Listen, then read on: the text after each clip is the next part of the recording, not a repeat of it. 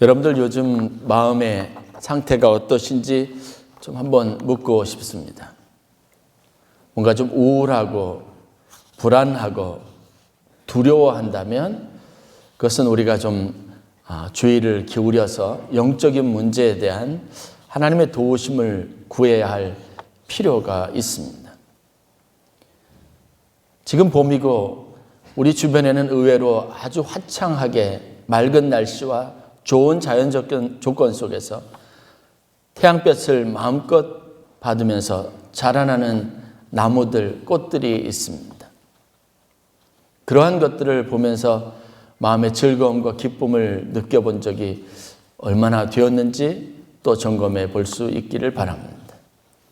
그런 아름다움을 그냥 단순한 아름다움으로 여기지 아니하고 하나님의 오묘하고 신비로운 창조, 행위로 여러분의 입에서는 감사와 찬양이 넘쳐나는 그런 마음의 기쁨과 감동이 있는지 또한 점검해 볼 수 있기를 바랍니다.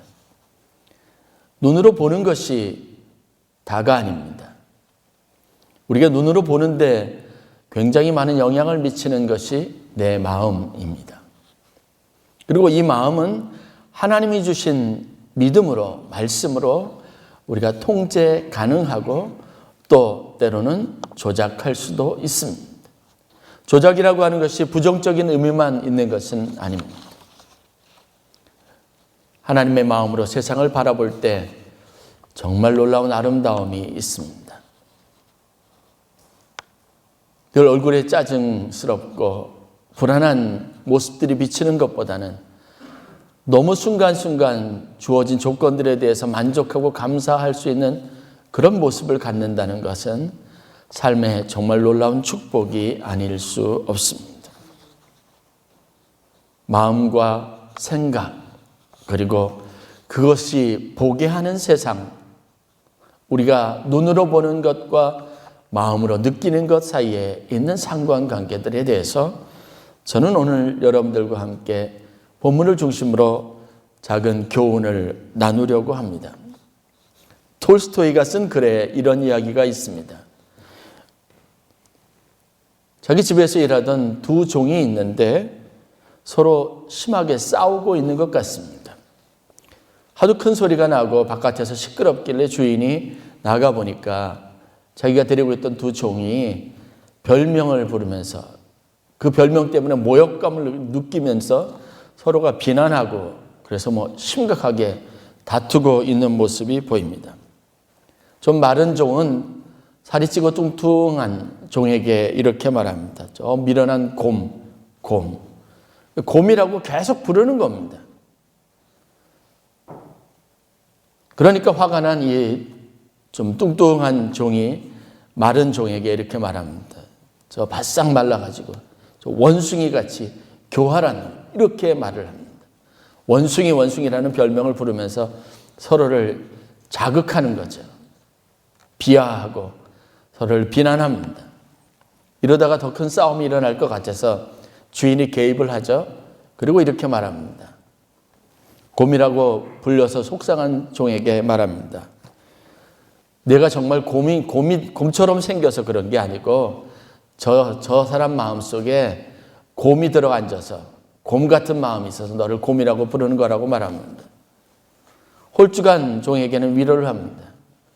내가 원숭이처럼 정말 그렇게 보여서가 아니라 저 뚱뚱한 저 종이 너를 바라볼 때 원숭이 같은 마음이 있어서 너를 원숭이로 부르는 것뿐이라고 말입니다. 의외로 사람이 어떤 생각을 하고 어떤 시각에서 사물을 바라보고 사람들을 바라보느냐에 따라서 여러분 보이는 것이 완전히 달라질 수 있다는 사실들을 우리가 깨닫게 됩니다.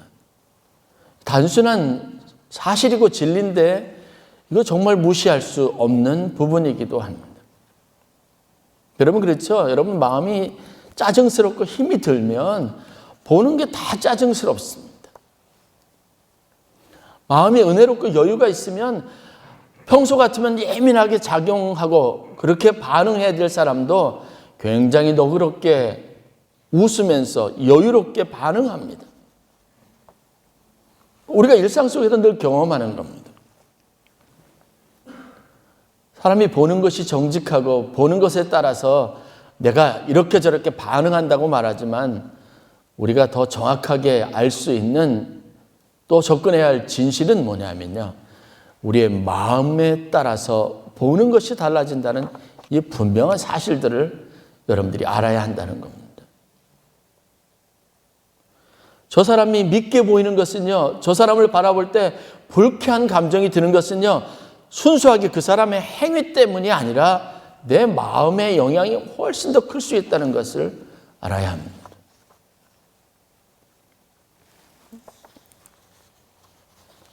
우리 마음 안에 그래서 주님이 계시게 해야 합니다.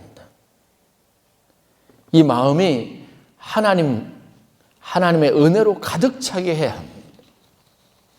그러면 여러분들이 보는 것으로 말미암아 느끼게 되는 이 모든 정서적인 감정 이런 것들이 완전히 달라질 수 있다고 하는 이 희망적인 소식을 저희들이 오늘 하나님이 주신 말씀으로 받으실 수 있기를 주의 이름으로 간절히 축원합니다. 고속도로에서 질주하는 차 2대가 있습니다. 차선을 어기고 규정속도를 위반하면서 무엇인가 급하게 쏜살같이 달리고 있습니다. 그런데 차 한 대가 다가가자 다른 차선에서 달리던 주위에서 달리던 차들이 그 차선에서 달리던 차들이 양보를 하고 이 차를 더 빨리 가도록 배려하는 겁니다. 또 다른 차 한 대는 사람들이 전혀 배려하지 않습니다. 오히려 사람들이 그 달리는 그 모습들에 불쾌하게 반응하고 오히려 달리지 못하도록 방해하려고 하는 것처럼 보입니다. 왜 이렇게 반응하는 걸까요? 그것은 그 차들이 어떤 차요, 그 차를 운전하는 사람이 어떤 운전자냐에 따라서 차이를 보이는 겁니다. 사람들이 양보하고 자리를 비켜주고 더 빨리 가도록 배려했던 차는 응급환자를 태운 앰뷸런스입니다. 사람들이 불쾌하고 양보하지 않으려고 그래서 사고의 위험까지는 아슬아슬하게 고개하는 이 차의 운전자는 고급 세단을 운전하는 그런 사치스러운 오만함을 가지고 있는 젊은 운전자입니다. 세상에 눈에 보이는 어떤 형태, 사람들이 하는 일들이 다 여러분 똑같이 판단받고 많은 사람들이 그것을 보고 똑같이 반응할 것 같지만 여러분 그렇지 않습니다. 요즘 보는 것들이 별로 유쾌하지 않고 즐겁지 않고 괜히 불쾌하고 요즘 되어가는 상황들이 자꾸 불안하고 힘들기만 하다면 그럼 세상의 문제라고 하기보다는 여러분들 눈에 보이는 것의 문제라고 하기보다는 여러분들의 마음이 지금 그렇게 불안하고 짜증스럽다라고 하는 사실들을 여러분 먼저 생각해 보는 지혜가 있어야 됩니다. 사도 바울은 이런 것으로부터 에베소 교인들을 위해서 기도할 때 간절하게 하나님 앞에 이렇게 기도하기도 했습니다. 에베소서 3장 17절입니다. 에베소 교회에 여러 가지 문제들이 있습니다. 진리를 희석시키려고 하는 많은 사람들의 시도들이 있습니다. 여전히 이방 아니면 잘못된 신앙이 들어와서 교회를 위태롭게 하는 그런 도전적인 요소들이 있습니다. 그러니까 교인들이 신앙생활 잘 못하는 것 같죠. 만족스럽지 못할 수도 있습니다. 그런데 사도 바울은 이런 에베소 교회와 교인들을 바라보면서 하나님 앞에 이렇게 기도합니다. 하나님, 저들이 믿음으로 말미암아 그리스도가 저들 마음에 계시게 하옵소서. 사도 바울은 이들이 가지고 있는 위기 상황을 잘 알고 있습니다. 문제점들도 잘 알고 있습니다. 자신이 어떤 노력을 기울여서 거기에서 에베소에서 몇 년 동안 3년 동안 거주하면서 자신이 했던 노력들, 기울였던 모든 것들이 수포로 돌아가고 거기에 대한 정당한 결실들이 없는 것 같아 낙심할 수 있음에도 불구하고 교인들을 원망하거나 그들의 행위에 대해서 짜증스러워하지 않았습니다. 오히려 그들을 위해서 기도했습니다. 저들이 믿음을 가져서 그래서 그 믿음으로 말미암아 그리스도께서 저들 마음에 계시게 하여 주옵소서. 그러면 여러분 어떤 문제가 있든 어떤 위급한 상황 가운데 있든 어떤 도전이 있든 어떤 심각한 진리에 대한 도전이 있든 그들의 마음에 그리스도께서 계시면 그 교회는 든든하게 설 것이라는 이 아주 지극히 본질적이면서 평범한 진리를 바울이 깊이 자신의 신앙으로 삼고 있다는 사실을 보여주는 겁니다. 저 사람의 신앙생활을 바로 하지 못하는 모습을 보면서 여러분 분내지 마십시오. 화내지 마십시오. 오히려 긍휼히 여기고 그들을 위해서 기도하는 마음을 가지실 수 있기를 주의 이름으로 간절히 축원합니다. 다윗이 자신의 인생을 살아가면서 그가 내린 중요한 결정이 있습니다. 그 결정이 무엇이냐면 내 삶의 주인은, 내 마음의 주인은 하나님이시라고 인정한 겁니다. 시편 37편 5절부터 6절 말씀에 보면 내 길을 여호와께 맡기라. 그를 의지하면 그가 이루시고 내 의를 빛같이 나타내시며 내 공의를 정오의 빛같이 하시리로다. 자기의 길을, 그 길을 가는 나의 인생의 모든 여정들을 그리스도께 맡긴 겁니다. 하나님께 맡긴 겁니다. 그러면 자신의 길이 빛날 것이라는 것을 알았던 겁니다. 다윗의 인생에서 얼마나 험악한 일들이 많았습니까? 그러나 여러분, 다윗이 그 일을 결정하고 그 길을 가는데 주저함이라고 하는, 머뭇거렸다고 하는 흔적들은 찾아보기 어렵습니다. 심지어는 아들에게 쫓길 때도 예루살렘 궁전을 신속하게 빠져나왔습니다. 우리 같았으면 온갖 생각들이 있었을 겁니다. 광야로 행하는 그의 여정에서 패배감, 실패감, 자책감 이런 것들이 굉장히 많이 있었을 겁니다. 그런데 다윗의 행보에는 조금도 머뭇거림이 없었습니다. 상황을 바라보고 현실을 바라볼 수 있는 그의 마음에는 여러분 독특한 하나님의 은혜가 작용하고 있었다는 사실들을 깨달을 수 있습니다. 남편이 미워 보이시는 것은요, 남편이 못생겨서가 아니죠. 자식들이 정말 골칫거리라고 여겨지고 미워 보이는 것도 여러분 부모의 마음에 80, 90% 이상의 비중이 있습니다. 예수님의 공생의 사역을 보십시오. 한 사람을, 문제 있는 사람을 대하는데, 접근하는데 사람들의 시각과 예수님의 접근 방법이 완전히 달랐습니다. 세리가 있었습니다. 세리의 집에 초청을 받아서 음식을 같이 먹습니다.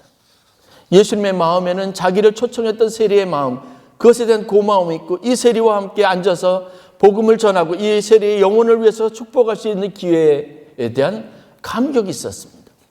그런데 여러분, 그 집으로 들어가는 예수님을 바라보는 바리새인들과 다른 많은 사람들의 시각은 곱지 않았습니다.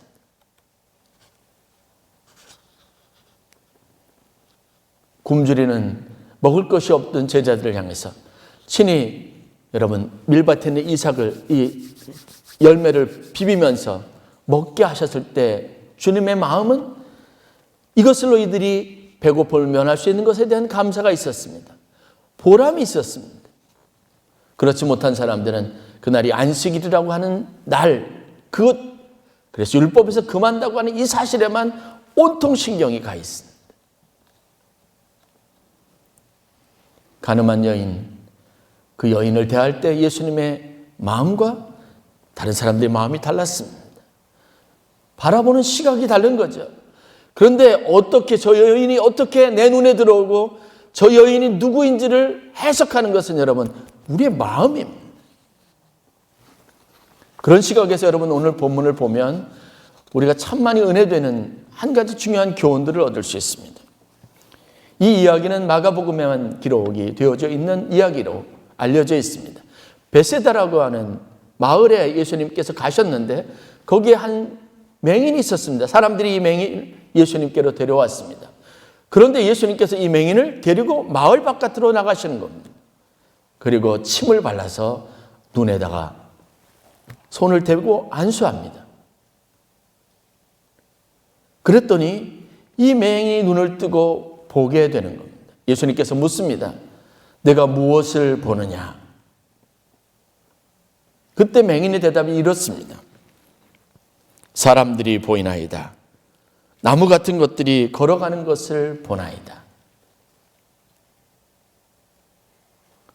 그런데 예수님이 이 대답을 듣고 다시 한번 안수하십니다. 자, 여기에서 우리가 중요한 겁니다. 예수님의 능력 있으신 분이십니다. 예수님의 사역에서는 여러분 반복되거나 아니면 한 번의 일에 만족하지 않아서 또 다른 일을 하는 경우들이 없습니다. 여러분 의사가 환자가 찾아와서 상담을 하고 여러 가지 검사를 쫙 하고 그 다음에 최종적으로 이 환자의 병이 무엇이고 진단을 하지 않습니까? 그리고 그것을 치료하기 위해서 수술을 하자고 권면을 했습니다. 이런 마음의 준비 없이 갔다가 자기 병을 알고 의사가 수술을 하면 나을 것이라고 말하니까 여러분 동의하죠. 그리고 수술합니다. 그런데 수술이 끝난 지 얼마 되지도 않았는데 아무리 봐도 나아진 것 같지 않아서 의사하고 다시 상담을 합니다. 그리고 의사가 뭔가 놓친 듯이 보이면 그런 생각을 가지고 있다가 다시 한번 여기를 이렇게 또 수술을 해야 될 것 같습니다 라고 말한다면 여러분 그 의사를 신뢰할 수 있겠습니까? 똑같은 부위를 놓고 두 번 무엇인가 처치한다고 하면요. 첫 번째 한 조치들이 완벽하지 않았다는 것을 의미하지 않습니까? 우리도 예수님의 행위에서 그런 불완전한 것들을 발견할 수 있을 겁니다. 예수님은 능력 있으신 분인데 한 번 안수한 것으로 그 사람은 충분히 눈을 뜨고 이전의 사례에서도 여러분 두 번 반복해서 지금처럼 한 일은 없었으니까요. 그런데 지금 이 맹인은 두 번 예수님의 안수를 받아야만 했습니다. 왜 예수님께서 예외 조항을 두시면서 별도의 사례를 만드시기까지 하면서 두 번 이 사람에게 안수했을까라는 겁니다. 여기에는 예수님의 의도된 행위들이 있습니다. 사실 이 행위를 이해하기 위해서는 본문을 좀 더 자세히 살펴볼 필요가 있습니다. 마가복음 전체 내용들을 근거로 살펴보면 여기에 아주 중요한 베세다의 맹인의 눈을 두 번 안수한 이 일이 가지고 있는 독특한 교훈이 있습니다. 마가복음 8장의 시작은 예수님께서 오병이어의 기적을 일으킨 것 말고 또 한 번 떡 7개로 4,000명을 먹이신 이야기가 기록이 되어져 있습니다. 그리고 난 다음에 4,000명을 먹이시고 난 다음에 예수님과 제자들이 여행을 가다가 갑자기 제자들이 수근수근대는 소리를 예수님이 들었습니다. 무엇 때문에 수근거리는지를 들어봤더니 그들에게 떡이 몇 개 없다. 즉 먹을 것이 이제 다 떨어져 간다라고 하는 것 때문에 서로 제자들이 서로 염려하고 근심하고 걱정했던 겁니다. 이 이야기를 듣던 예수님께서 제자들에게 이렇게 말합니다. 바리새인의 누룩을 조심하라는 겁니다. 이 이야기가 무슨 뜻일까 궁금했을 겁니다. 예수님께서 그 말의 뜻을 제자들에게 설명하시면서 이렇게 말씀하십니다. 마가복음 8장 17절부터 18절 말씀. 예수께서 아시고 이르시되 너희가 어찌 떡이 없으므로 수근거리느냐 아직도 알지 못하며 깨닫지 못하느냐 너희 마음이 둔하냐 너희가 눈이 있어도 보지 못하며 귀가 있어도 듣지 못하느냐 또 기억하지 못하느냐. 예수님이 이런 말씀하신 이유가 무엇입니까? 그들은 예수님과 많은 시간 함께 있었고 불과 얼마 전까지 굶주리는 사람 4,000명 그 이상의 사람들을 떡 7개로 먹이신 것을 경험했습니다. 그런데도 그들은 지금 수중에 먹을 것이 없어서 떡이 몇 개 되지 않는 것 때문에 걱정하고 염려하고 있습니다. 여러분 우리가 신앙생활하면서 믿음의 간증, 예수님이 살아계시다고 하는 증거들을 얼마나 많이 가지고 있습니까? 그런데 어떤 문제가 생기면 또 염려하고 또 걱정하기를 반복합니다. 사람이 가지고 있는 약점이 있어서 똑같은 문제로 정말 바보같이 매일 그 문제에 걸려 넘어지고 매일 그 문제 때문에 어려움을 당합니다. 유독 다른 데는 믿음 있는 척하다가 그 문제만 있으면 낙심하고 의심하고 불안하고 두려워하기를 반복합니다. 아킬레스건 같은 거죠. 그런 제자들에게 주님께서 말씀하시는 겁니다. 너희가 눈이 있어도 보지 못하고 귀가 있어도 듣지 못하느냐, 또 기억하지 못하느냐. 불과 얼마 전에 어떤 일이 있었는지 기억하지 못하느냐고 말씀하신 겁니다. 그리고 난 다음에 베세다에 이르렀을 때 이루어진 일이 바로 이 맹인에게 2번 안수해서 보게 하신 겁니다. 첫 번째 안수 후에 맹인이 보았습니다. 그런데 그가 본 것이 무엇입니까? 사람이 보입니다. 그런데 나무 같은 것이 걸어 다니는 것을 봅니다. 라고 말합니다.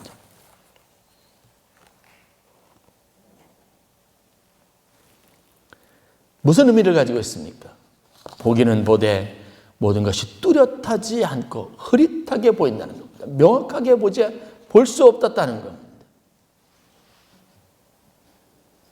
여러분, 사람들을 바라보면서 여러분들이 그 사람의 마음과 그 사람의 삶과 그 사람이 가지고 있는 고민과 그 사람이 가지고 있는 안타까움과 기도 제목을 같이 보고 계십니까?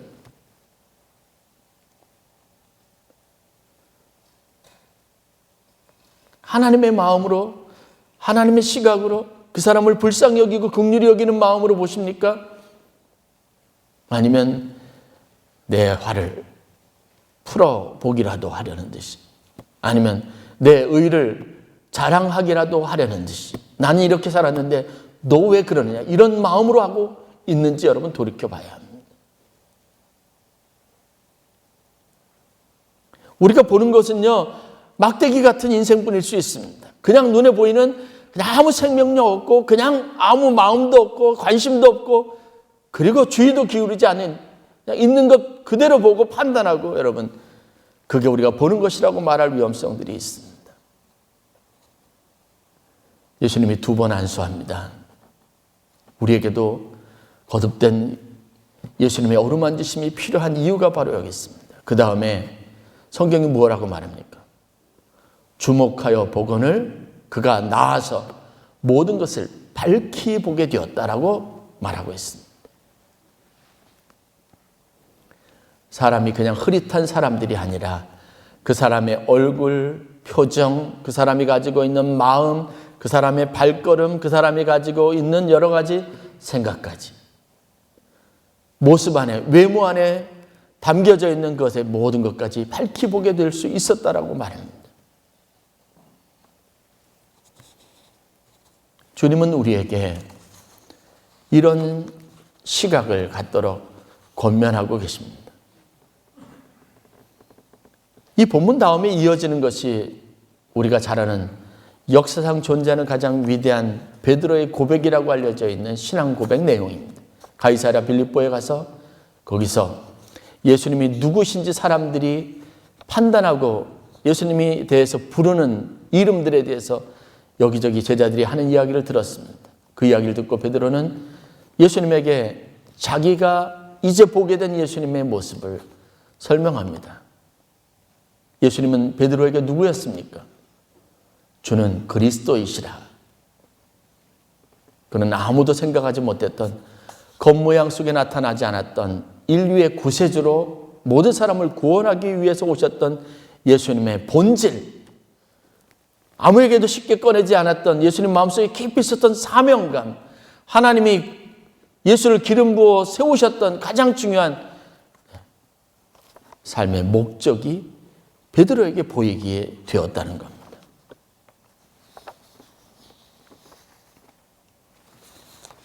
우리는 불완전한 사람입니다. 이 불완전한 마음을 가지고 마치 세상을 가장 잘 아는 듯이, 저 사람에 대해서는 내가 최고의 박사라고 하는 듯이 완전한 채 하고, 그래서 판단하고 그렇게 생각하며 내 마음대로, 내 이해대로 행동하는 연약한 사람들입니다.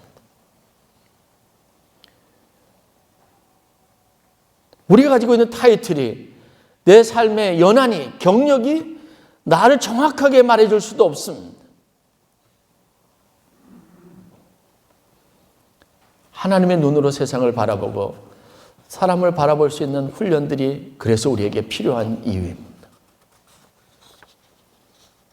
여러분, 오늘도 주님께서 여러분들의 마음에 눈에 안수하여 주시기를 구하시기를 주의 이름으로 간절히 축원합니다. 보는 것이 아름답지 않다면, 마음의 불안과 염려가 보는 것 때문에 더 깊어진다면 해결할 수 있는 방법이 있습니다. 저 사람이 어떤 사람인지를 알지 못하고 자꾸 겉모양, 겉으로 보이는 모습에 마음이 뺏기고 그 다음에 감정이 상한다면 해결할 수 있는 방법이 있습니다. 주님께서 다시 한번 안수하여 주시기를 위해서 기도하시기를 바랍니다. 그리고 이렇게 소원을 품어야 합니다. 주님, 주님의 눈으로, 주님의 마음으로 저 사람을 볼 수 있게 해주시고 세상을 볼 수 있게 해달라고 말입니다. 저는 우리가 은혜가 충만할 때, 성령 충만할 때 내 눈에 보이는 것이 얼마나 아름다운 것인지 여러 번 경험했습니다. 금식하며 기도 안에 있다가 하산할 때 그 양옆에, 길 양옆에 있었던 아주 작은 미생물까지라도, 그냥 들에 핀 꽃이라 할지라도 그것이 얼마나 아름다웠고 그것을 바라보면서 내 마음속에 얼마나 놀라운 찬양이 넘쳐났는지 경험해 보았습니다. 우리 마음의 아름다움이 세상의 아름다움을 대변하는 충분한 경험들을 해봤습니다. 은혜가 없었을 때 아무리 좋은 것이 있어도 좋아 보이지 않고 비뚤어진 마음으로 보니까 그것에 대해서 아름답게 보지 못하고 비난하고 있는 연약한 시절도, 그런 시절에 대한 경험도 있습니다. 영적인 눈이 열려지기를, 믿음의 눈이 열려지기를 기도하시기를 바랍니다. 우리가 너무나 잘 아는 이야기가 있습니다. 엘리사와 사완의 이야기입니다. 도단성을 아람의 군대가 둘러쌌습니다. 예루살렘으로 나아가기 위해서 이스라엘의 모사꾼이자 굉장히 신령한 사람이라고 여겨지는 엘리사를 제거하지 않으면 안 되겠다는 필요성이 있었던 겁니다. 엘리사를 고사시키고 죽이기 위한 치밀한 계획이 진행이 됩니다. 아침에 일어나서 문을 열고 나갔을 때 젊은 사환이, 청년이 그 군대가 자기들을 둘러싸여 있는 것을 보았습니다. 무섭고 두려워서 뛰어들어가서 스승의 엘리사에게 말합니다. 이 이야기를 듣고 엘리사가 이 젊은 사환을 도닥거립니다. 그리고 말씀을 자세히 보면 그거예요. 이 젊은 사환을 붙잡고 난데없이 기도합니다. 하나님 앞에 구합니다. 그때 하나님 앞에 했던 기도를 열왕기하 6장 17절에 다음과 같이 성경이 소개하고 있습니다. 여호와여, 원하건대 그의 눈을 열어서 보게 하옵소서 하니. 아니, 눈 뜨고 있는 거 맞지 않습니까? 눈 감고 있는 거 아니었습니다. 꿈속에서 그냥 바깥으로 나간 것도 아닙니다. 그는 분명히 보았고 그것은 현실이었습니다. 그런데도 엘리사는 하나님 앞에 기도하면서 이 사환, 젊은 청년의 눈을 열어달라고, 보게 해달라고 기도합니다. 이어지는 말씀입니다. 여호와께서 그 청년의 눈을 여심해 그가 보니 불말과 불병거가 산에 가득하여 엘리사를 둘렀더라. 여러분, 놀라운 사실을 우리가 발견하게 됩니다. 눈에 보이는 것이 달리 보일 수 있습니다. 하나님이 또 다른 눈을 열어주시면 말입니다. 온통 가망 없는 것만 보십니까? 온통 소망 없는 것만 보십니까? 아니에요. 기도하면 하나님께서 그 가망 없는 곳에, 황무지와 같은 곳에, 소망 없는 땅에, 소망 없는 사람에게 어떤 계획을 가지고 계시고 어떤 아름다움을 품고 계시는지 볼 수 있게 됩니다. 하나님의 얼굴을 보게 됩니다. 하나님의 능력을 보게 됩니다. 여러분, 이 눈이 열리기를 위해서 사모해야 합니다. 더 놀라운 장면이 이어집니다. 아침이 되자 군대가 이제 도단으로 내려와서 엘리사를 잡으려고 합니다. 전쟁이 시작된 겁니다. 이때 엘리사가 다시 하나님께 기도합니다. 성경의 정확한 표현은 이겁니다.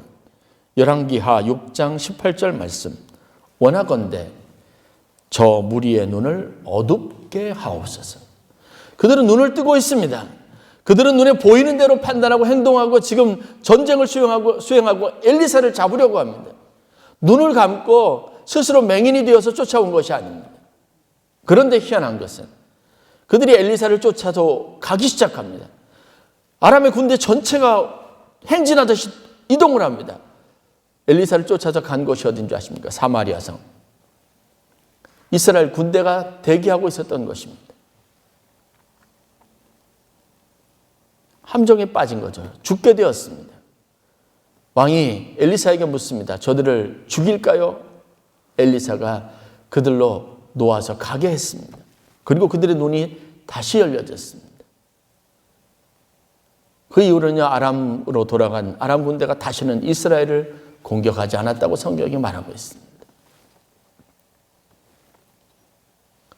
오늘 우리가 다시 한번 이 사실을, 성경의 이야기를 마음에 품고 그것에서 교훈을 얻을 수 있어야 합니다. 보는 것을 여러분들이 다 알고 이해하고 있다, 그게 맞다 생각하지 마십시오. 왜곡될 수 있습니다. 잘못될 수 있습니다. 또 우리의 눈이 어두워지면 진실을 못 보고 외면할 수도 있습니다. 그래서 이제 우리는 모든 것을 제대로 보는 막대기 같은 인생의 생기를 가지고, 생명력을 가지고 하나님의 나라를 살아가고 하나님의 일을 감당할 수 있는 거룩한 그리스도인의 삶으로, 자녀로 거듭나는 삶을 살아야 합니다. 마음에 무겁고 힘든 것, 사람들 관계에서 실패했던 모든 것들이 있다면 이제 먼저 여러분들의 마음을 새롭게 하여 주시기를, 이 마음을 부드럽게 하여 주시기를, 이 마음을 은혜롭게 하여 주시기를, 하나님의 마음으로 세상을 바라볼 수 있는 눈이 열리기를 위해서 기도하시는 지혜로운 주의 성도들이 되실 수 있기를 주의 이름으로 간절히 축원합니다. 그러면 하나님께서 우리의 눈을 열어주실 겁니다. 하나님의 아름다움과 주의 영광을 보게 될 것입니다. 세상에 있는 사람들을 안타까운 마음으로 긍휼과 자비와 사랑으로 바라볼 수 있게 될 것입니다. 원망과 불평과 불안과 근심과 두려움과 염려 속에 살던 우리가 찬송하고 감사하는 인생으로 바뀌게 될 겁니다. 이 놀라운 축복이 저와 여러분들에게 있기를 주의 이름으로 간절히 축원합니다.